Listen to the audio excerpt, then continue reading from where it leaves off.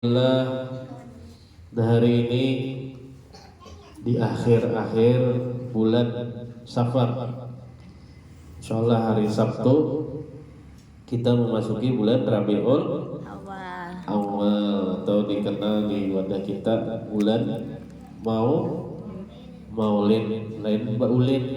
Nah, Maulid namanya orang banyak undangan bulan mulut karena makan taros. Maulidur Rasul. Maulid itu artinya milad, hari lahir, ya. Nah, tapi karena kita ingin memuliakan sebulanan, jadi maulidnya diperingati sebulanan. Walaupun secara khusus tanggal berapa Maulidur Rasul 12 Rabiul Awal. Nah, jadi kalau di kita terbiasa menghormati hadirnya Rasulullah di muka bumi ini hampir sepanjang tahun. Jadi kayak di langgar-langgar tertentu, di pengajian-pengajian tertentu, di ibu-ibu rutin aja mengadakan rambanaan, burdahan, maulidan, walaupun kadang bulan Maulid. Sebagaimana Rasulullah itu berpuasa di hari Senin dan Kamis. Kenapa Rasulullah berpuasa di hari Senin? Karena beliau menghormati kelahiran Sidin pada hari Isnin.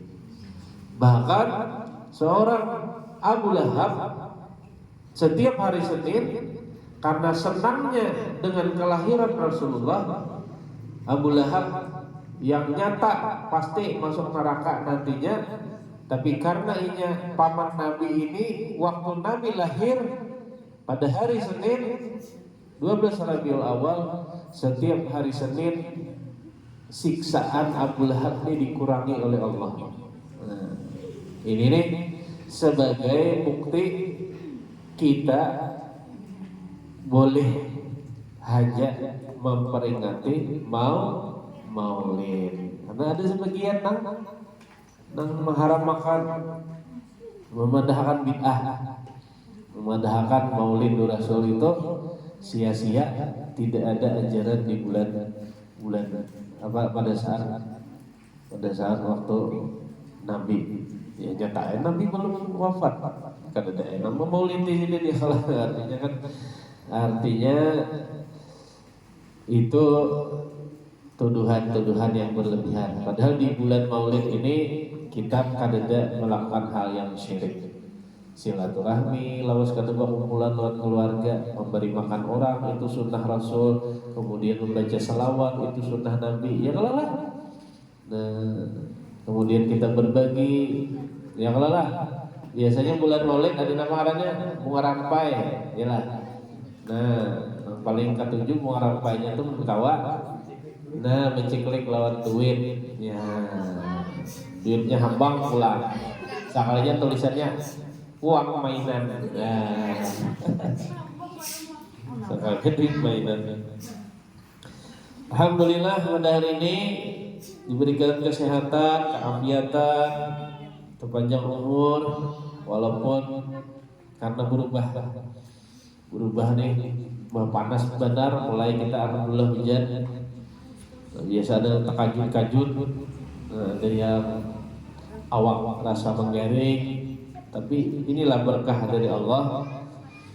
Dipergantikan siang dan malam, hujan dan kemarau musim.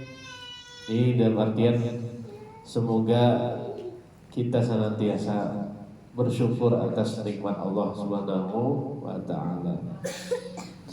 Para jamaah majelis zikir Rumah Tahfiz Nazra Cendekia Kambar, para orang tua santri, Baiklah, kita melanjutkan mengkaji tentang Ihya Ulumuddin. Jadi setiap ulun membaca betapa luar biasanya Imam Ghazali ini. Nah, Muhammad Jalil. Nah, di badan ada tulisannya Ghazali Family, jangan biarnya dikira ampun Muhammad Jalil lain sama ngaran aja. Jadi setiap ulun membaca ulang balik memang luar biasa keilmuan sidin. Jadi kadang ulun bingung hendak menyederhanakan bahasanya nih wadah dia. Dan ulun pun kadang berulang balik membaca ini supaya paham. Ya. Nantinya makanya kita pergi gibitan aja. Karena kita ini kada bertarget juga. Ada usaha gitu. Juz 1 ini tuntung setahun, ya kada usah punya. Baru sampai 5 tahun kada lupa itu. Jadi artinya kita di sini yang penting niat mendatangi majelis ilmu, majelis zikir, majelis berkumpulan dalam rangka memuja Allah, memuji Allah, bersalawat kepada Rasulullah ini. Inilah kita menyiapkan sanggup kita, yes. Menyiapkan sanggup kita untuk nanti di negeri akhirat. Negeri akhirat tuh udah habis. Negeri akhirat itu apakah nanti kiamat pas dibangkitkan? Nah, Ustaz bertakon dulu. Negeri akhirat tuh pas kiamat masuk surga atau neraka kah? Atau negeri akhirat itu mulai kita meninggal?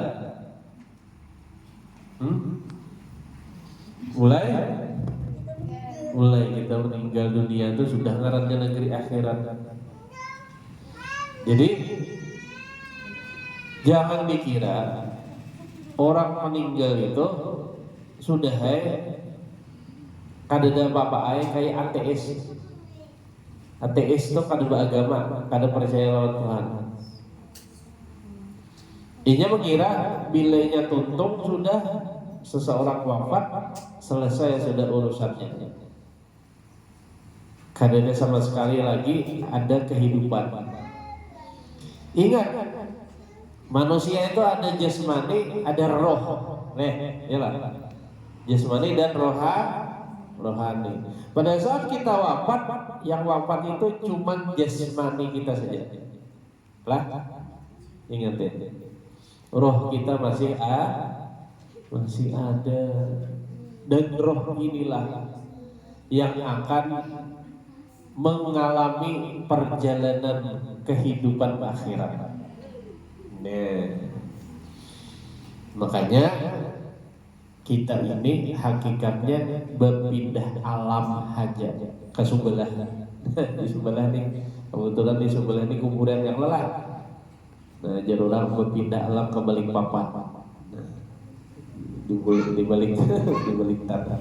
Tapi hakikatnya di situ kita akan mengalami kehidupan yang namanya kehidupan seperti, nah kita bayangkan aja anak-anak ustadz di sini, ibu-ibu, bapak-bapak, pernahlah kita merasa di dalam mimpi itu membuka yang lelah, tetamu orang senang, yang lelah, ibu tuh melihat sesuatu makanya. Nah, artinya setiap hari kita ini mati. Kita ini tiap hari mati. Dan mati itu ya kayak bayangannya.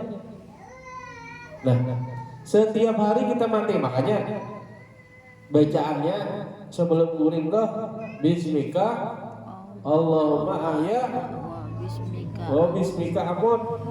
Yalah.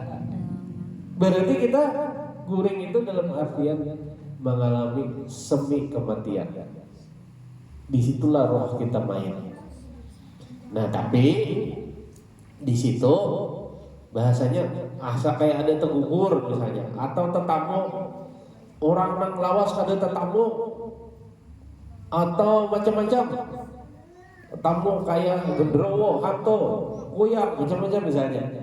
Di situ tuh kayaknya tuh kayak tak kajut-kajut aja, habis itu apa ngarannya tuh bisa hilang setumat berganti pulang filmnya ya lah. Ya mimpi ini, karena mimpi ini. Makanya sangat tidak dianjurkan orang itu guring habis subuh lawan habis asar. Habis subuh dan habis asar itu sudah dipadahi oleh Nabi akan mewarisi kegilaan dan kepakiran. Coba lihat guring subuh langsung ke imbah subuh kadang tak buka belum matahari, atau pian imbah besahur tuh langsung guring. Ya lah, pasti banyak termimpi lelah. Sono kamari, kesana kamari, lampah wah. Jujur lah. Sama guring ya imbah asar, sono kamari, kesana kamari. Beda dengan waktu yang dibolehkan memang kita guring. Coba malam guring, cuman guring. Nah, artinya apa? Kita sebenarnya sudah mengalami setiap hari yang namanya semi akhirat, yaitu melalui tidur. Ya, bangun guring, nah baru doanya bangun guring. Alhamdulillahilladzi ahyana. Alhamdulillahilladzi ahyana ba'da amatana wa ilaihi nusyur.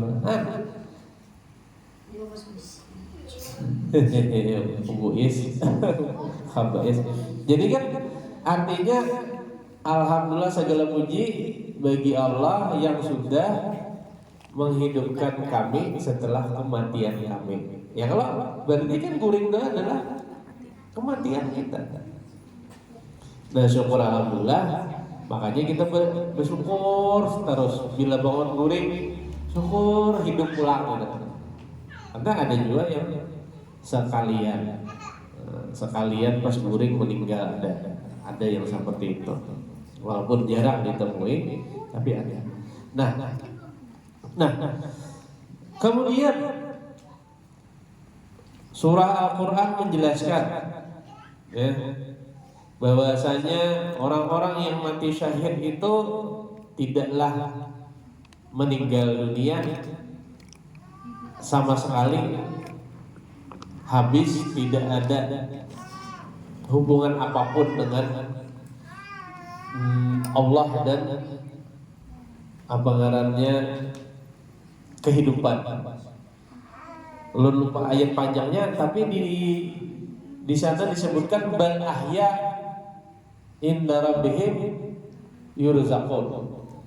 Jadi melainkan orang itu yang meninggal syahid itu dia hakikatnya hidup inda rabbihim, di sisi Tuhannya dan diberi rezeki. Nah, jadi kalau orang syahid saja hidup, nah orang syahid itu maksudnya orang yang menuntut ilmu meninggal, misalnya pada saat orang kuliah, sekolah, pas berangkat sekolah wafat. Nah, atau orang ke majelis ilmu wafat, atau orang syahid kujuran, ya kayak berperang di medan jihad. Itu di dalam Al-Quran dikatakan mereka itu hidup di sisi Tuhannya dan diberi rezeki.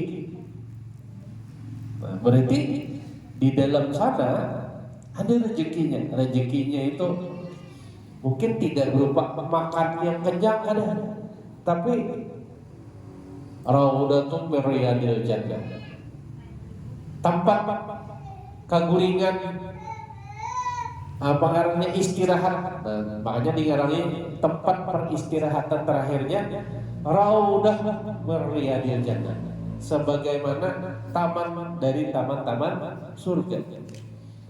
Makanya bagus saja mengubur para orang alim. Bisa tuh melihat ini bahasanya lah.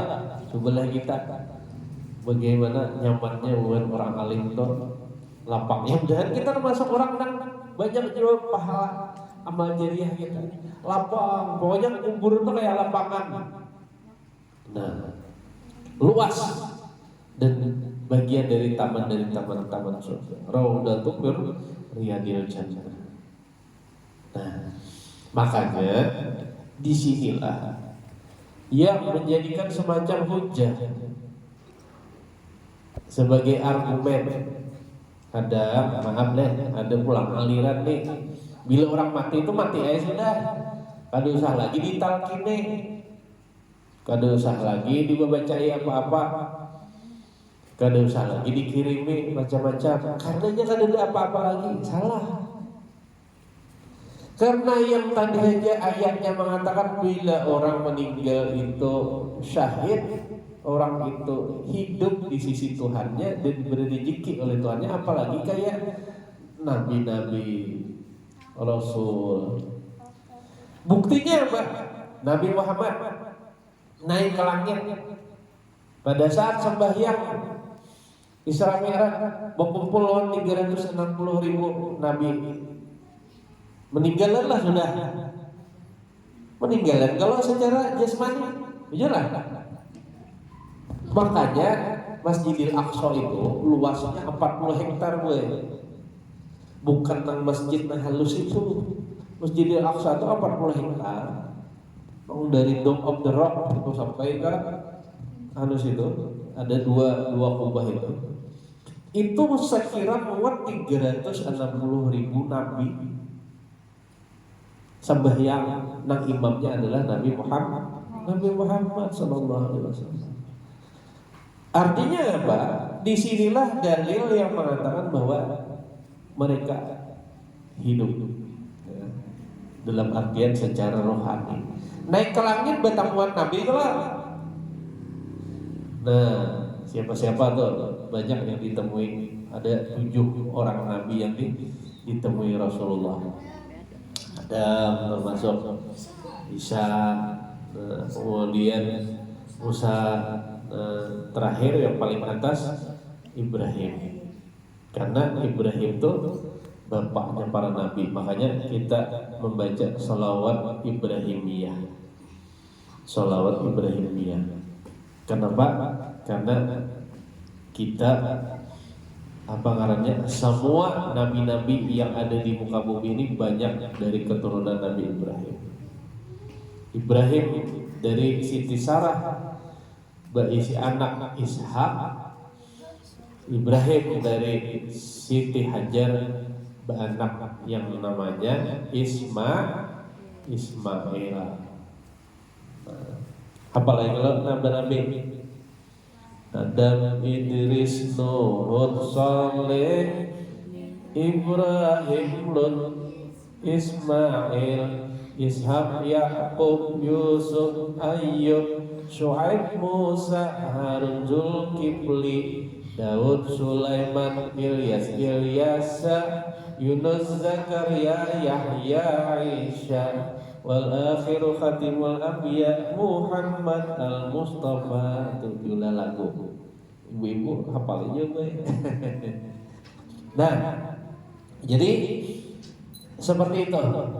Nah, jadi kita datang ke majelis ilmu, mengaji ilmu pengetahuan, itu hakikatnya kita lagi bersangu bukan hanya untuk dunia saja.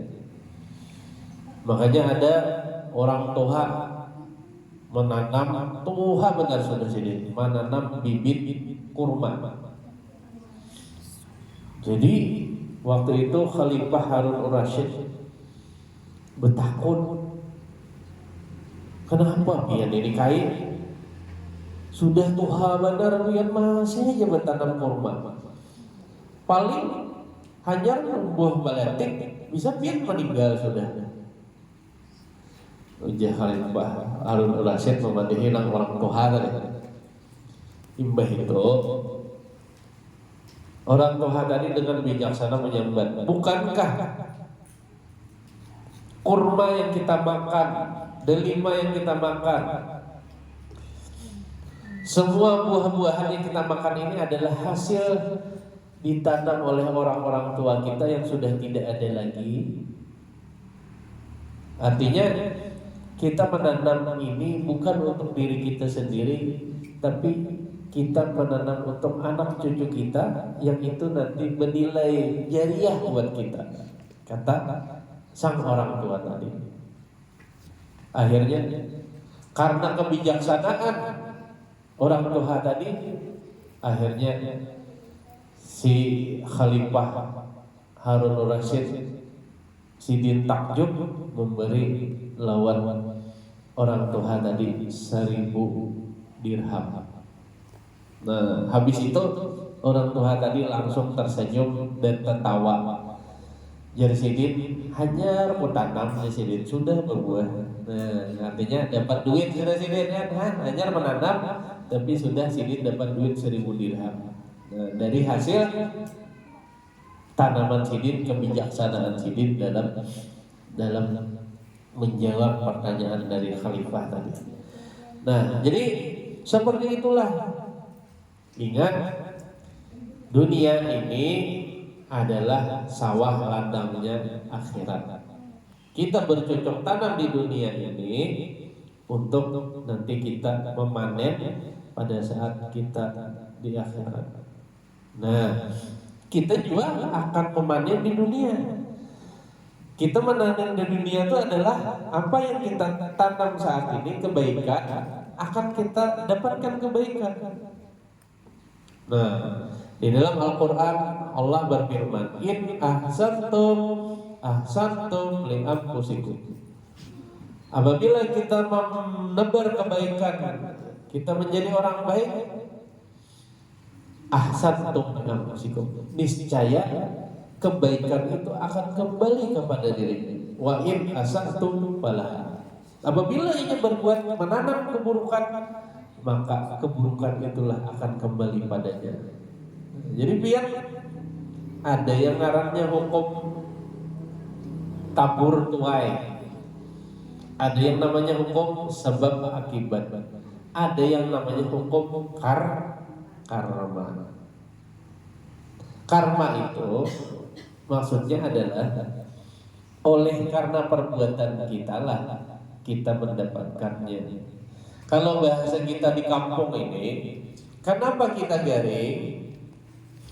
Itu kalau bahasa kitanya tuh penyakit dipaulah. Jelas. Jadi garing itu bukan hanya satu ujian Allah, tapi garing itu kebiasaan adalah karena ulah kebiasaan kita seorang. Jelas. Nang misalnya nih, nang minum manis terus, misalnya ibu-ibu, nang minum manis terus biar, makan pensil terus banyak biar, makan mie terus biar, yang lah, habis itu minum banyu putih sedikit, guring sedikit, stres banyak, memandir orang banyak, pas garing, kencing manis, komplikasi. Kira garingnya tuh gara-gara ujian Allah kah? Atau penyakit dipaulah kah? Penyakit dipaulah. Memang itu konteksnya karena ada berupa ujian, ada berupa azab, ada berupa apa ngarannya itu untuk menaikkan derajat. Tapi kalau yang kayak itu tadi boleh dikatakan penyakitnya adalah ulahan kita seorang. Jadi kada kau menyalahkan sepenuhnya atas qadarullah. Takdir itu memang Allah yang menentukan, tapi kita ada punya wilayah ikhtiar berusaha. Kita disuruh berusaha untuk senantiasa mengambil takdir baik setiap hari kita. Kemudian di dalam kitab Ihya ini memang kalau kita mau mengikuti secara seksama berharap jadi kayak ulama itu, Sidin menyarankan memang kita tuh menjadi orang yang wara. Nah, jadi wara itu adalah orang yang hati-hati, ya. Wara, zuhud, kamu orang lebih lain juhud, juhud sana juhud sini. Zuhud itu kayak kada selalu melihat dunia dengan zuhud. Tapi berpakaian anu aja, bukan zuhud tuh compang camping gak ada baik. Tata bersepeda motor, ada duit tukar mobil. Tapi menampakkan dunia itu bukan di hati. Tukarnya zuhud. Artinya milihnya orang anak minjam, ijam makan, kada dipalarakan. Atau orang hendak apa ngarannya Allah hendak mengambil, kada stres gitu kan. Anggap usaha lagi turun, rumah misalnya tegadai. Nah, orang-orang juhud itu orang-orang yang kada merasa kehilangan. Inya mandak harta tuh di tangan. Tapi orang yang hubbud dunia, orang yang cinta dunia, semuaan mandak di hati. Perhiasan di hati, laki, anak di hati, bini di hati. Jadi bila itu diambil sakit hati, bukan sakit tangan. Nah, kenapa? Karena merasa memiliki. Padahal semua apa yang diberikan Allah itu dari awalnya tidak ada, dititip kepada kita dan akan kembali tiada. Jadi itu hanya titipan. Kalau kita memahami itu semuanya titipan, maka kita kada piragah-piragah karena ini lain ampun kita. Hanyalah sebuah kepercayaan. Kepercayaan anggap kayak orang tukang parkir. Ya, biar buka tempat parkiran setiap hari apa nih? Pasar Kamben Rabu buka parkir di muka rumah. Andaki karcis adalah biar agak-agak lawan sepeda yang banyak, sepeda motor orang buga-buga sepeda motor adalah agak-agak di sepeda motor orang kada suah kalau karena jam 1, jam 10 kan dia pilih orang pulang. Iyalah. Karena itu titipan. Iyalah. Nah, jadi anggap dunia itu kayak itu nah. Bila kita diambil pulang ya sudah kita dititipan aja Pak. Tapi bila orang merasa tuh ampunku, berarti lain tukang parkir karena. Nah, tapi kalau kita bisa prinsip hidup tuh seperti tukang parkir tadi, tukang parkir mobil-mobil mewah di Dutamol misalnya, kada bangga bega-bega buat di muka mobil. Kenapa? Itu ampun orang. Sama halnya dengan kita. Bila kita punya prinsip wara, zuhud terhadap dunia, kita akan menganggap yang datang dan yang hilang itu adalah hanya titipan dari Allah. Apapun itu, baik itu laki, baik itu anak, baik itu harta, baik itu tanah. Banyak orang yang kada bau berawaan lagi lawan sana bahwa masalah warisan. Seakan-akan tanah itu bahasanya ampuninya. Padahal tanah dia semuanya ampun Tuhan. Semuanya kita lahir kada memiliki apa-apa dan bulik kada kawa membawa tanah itu. Ada surat tanah bawa kada ada. Jadi kalau kita seperti itu, jangan apa kita bakal lahian lawan tetangga, berjualan lawan dang sana, gara-gara sabidang tanah, gara-gara warisan yang kada rumus. Ingat warisan ini kadang duit panas. Ya kawa, jadi akan supaya warisan itu berkah dasar di dalam kubur kayak pacarannya. Caranya bersepakat pedang sanak tuh kayak apa nih kalau ini kita ulah majelis, kalau rumah ini kita ulah tempat yang berkah biasa apa ngarannya, atau kita jual duitnya gasan pondok Al-Quran misalnya, atau hal-hal yang positif lah, atau dibagi baik-baik, jangan ada bakal karasan. Ya, artinya anak cucu ini terperhatikan, tapi tetap bererawaan, saling berkasih sayang sesama dan sanak tadi. Jadi di dalam sini Imam Ghazali memerintahkan orang itu wara, menjauhi dari yang haram. Dan itu ada beberapa tingkatannya. Kata beliau, yang pertama, meninggalkan seseorang akan hal-hal yang sangat jelas keharaman.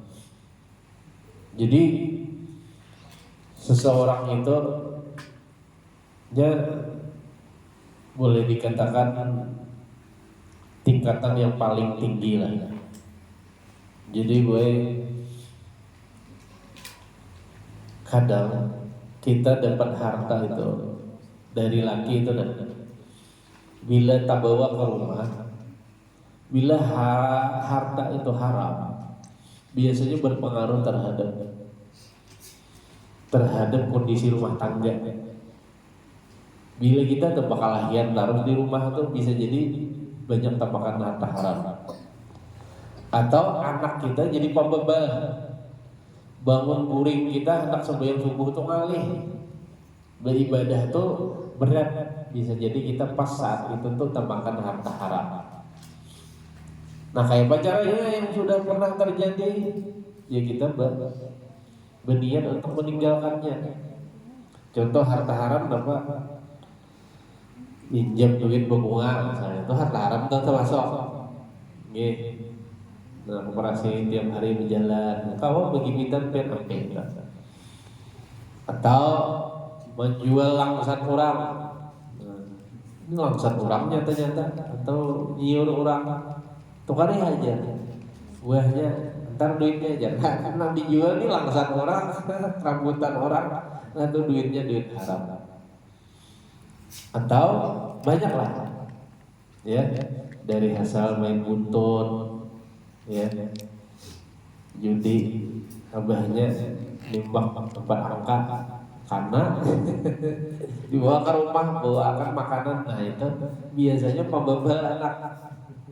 Nah sampai harta itu bersih. Lu ingat banget gue, anak lu tuh Alhamdulillah benar benar. Ulun berisi anak 4 itu pas kondisi ulun waktu itu ulun ambil upah beda tampas. Jadi bini ulun sana kemari juga. Ulun kadang ulun tukang tampas. Jadi anak ulun 4 di masa-masa sakit ulun sedikit berkisah. Jadi boleh ulun katakan akhirnya dari hasil perjuangan ulun menggosok. Ulun ini isi lontri ngarannya aja lontri tukang tampas hari ini. Gosok sampai tengah malam merancang. Ada karyawan, tapi nilainya karyawan kadang ulun tampas bini ulun boleh lipat. Tapi subhanallah, dari gara-gara jadi tukang tampas itu berapa tahun ulun tukang tampas terus melontri. Alhamdulillah. Anak tuh nyaman, hafal Quran kawannya nyaman. Melihat kita anak luar biasa julun. Ternyata nyaman dididiknya, walaupun kuliahnya tuh lapah luar biasa.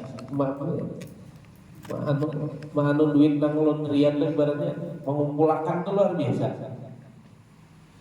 Betetapas, enak karing bila hari hujan. Soalnya dulu kan bisi hasil pengering di balik papan dulu. Dulu hari hujan enak panas pulang jamur, hujan angkatin pulang.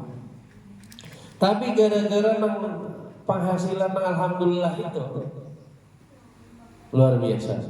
Tapi pernah ulun tak alami umpat investasi, nyaman benar, masuk duit.